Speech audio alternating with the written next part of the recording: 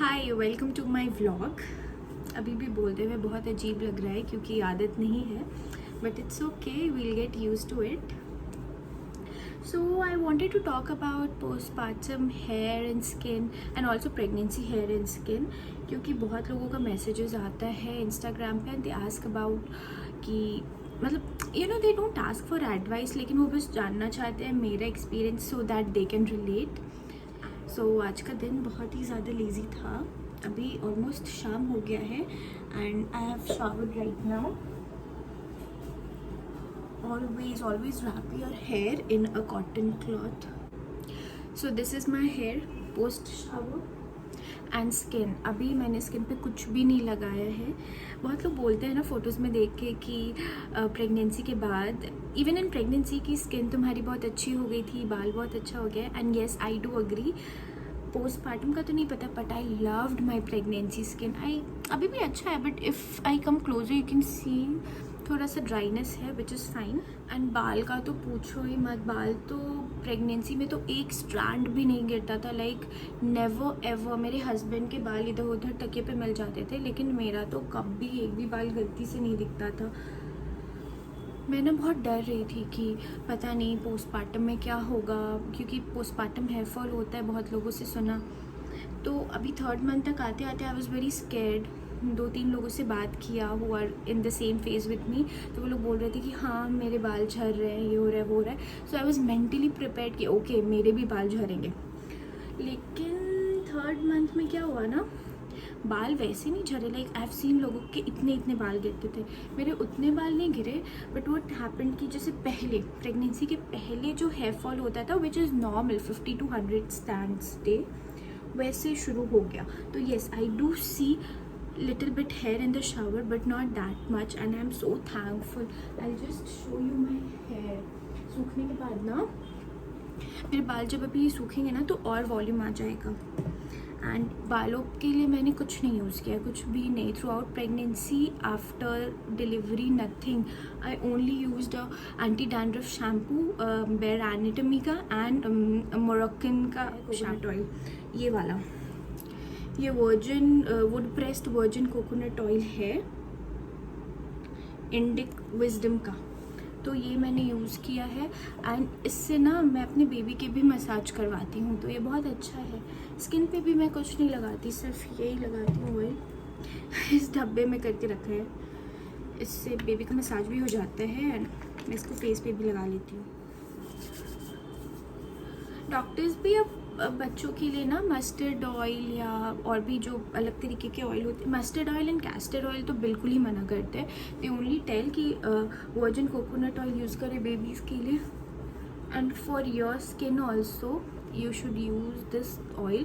पूरी प्रेगनेंसी में मैंने अपने मॉइस्चराइज़र छोड़ दिया था बिकॉज जब मैं प्रेग्नेंट हुई तो I was so not scared but थोड़ा सा वो पैरानॉइड हो गई थी कि ये प्रोडक्ट कहीं ख़राब भी तो नहीं करेगा या ये प्रोडक्ट सही है या नहीं. So I ditched everything and I started using mustard oil and coconut oil. Mustard oil से क्या होता था ना, कपड़े में भी लग जाता था एंड उस मस्टर्ड ऑयल का स्मेल रह जाता था. तो I started using coconut oil on my whole body, क्योंकि यहाँ का वेदर ना बहुत ड्राई हो जाता है. तो you have to have something on your skin for moisturisation. So I started using coconut oil. उसके बाद डिलीवरी के बाद मसाज लेती थी, वो भी कोकोनट ऑयल से, विच हेल्प्ड मी अ लॉट. जो आंटी आती थी वो तो पूरा रगड़ ऐसे पकड़ के मसाज देती थी, बहुत रिलैक्सिंग लगता था. एंड सरप्राइजिंगली एक भी बाल नहीं गिरता था. फिर थोड़ा सा eyebrow pencil I think it gives structure to your face, तो थोड़ा सा यूज़ करती हूँ. And I don't like those long pencil ones, मतलब वो बहुत डार्क कर देते हैं एंड आर्टिफिशियल लगता है आपका आईब्रोज. इससे क्या होता है ना, यू फाइंड दीज किसी भी शॉप में सस्ते भी आते हैं एंड इससे बहुत नेचुरल भी लगता है. पता भी नहीं चलता कि आपने कुछ लगाया है. See then I use tint, just herbs का थोड़ा सा. That's it. You can use it on your cheeks as well, लेकिन अभी तो मैं घर में हूँ, ज़रूरत भी नहीं है, तो I am not going to use it. And here there is one more thing I use is Boroline. अभी नहीं यूज़ करती हूँ, रात में सोने के टाइम जब मैं अपना फेस धोती हूँ ना, उसके बाद ये लगा के सो जाती हूँ.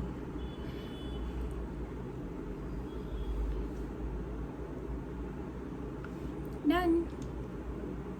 You see, skin looks so good. Less is more. Pregnancy के टाइम से मैंने हेयर में कोई ट्रीटमेंट भी नहीं करवाया है.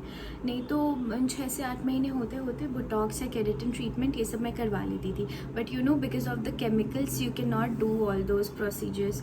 तो नहीं करवाया. एंड अब आई गेस 1 साल से ऊपर हो गया है इन सभी को. तो अभी मेरा नेचुरल हेयर आ रहा है. My natural here is wavy का हो, कर्ली का हो, वट. तो अभी तो मैं बहुत टेम्प्ट हो रही हूँ कि जाके करवा लूँ. लेकिन कभी कभी जब शैम्पू करती हूँ ना, तो मैं जो रियल टेक्सचर आ जाता है बालों का, आई जस्ट लव इट. तो यार देखते हैं 2-3 महीने बाद क्या होता है. So apart from this, I think एक और चीज़ ने बहुत हेल्प किया है पोस्टपार्टम हेयर फॉल में मेरा, एंड वो है shatavari capsules. Yes, I have that, क्योंकि डिलीवरी के बाद ऐसे भी शतावरी बोलते हैं खाने के लिए, मिल्क प्रोडक्शन के लिए.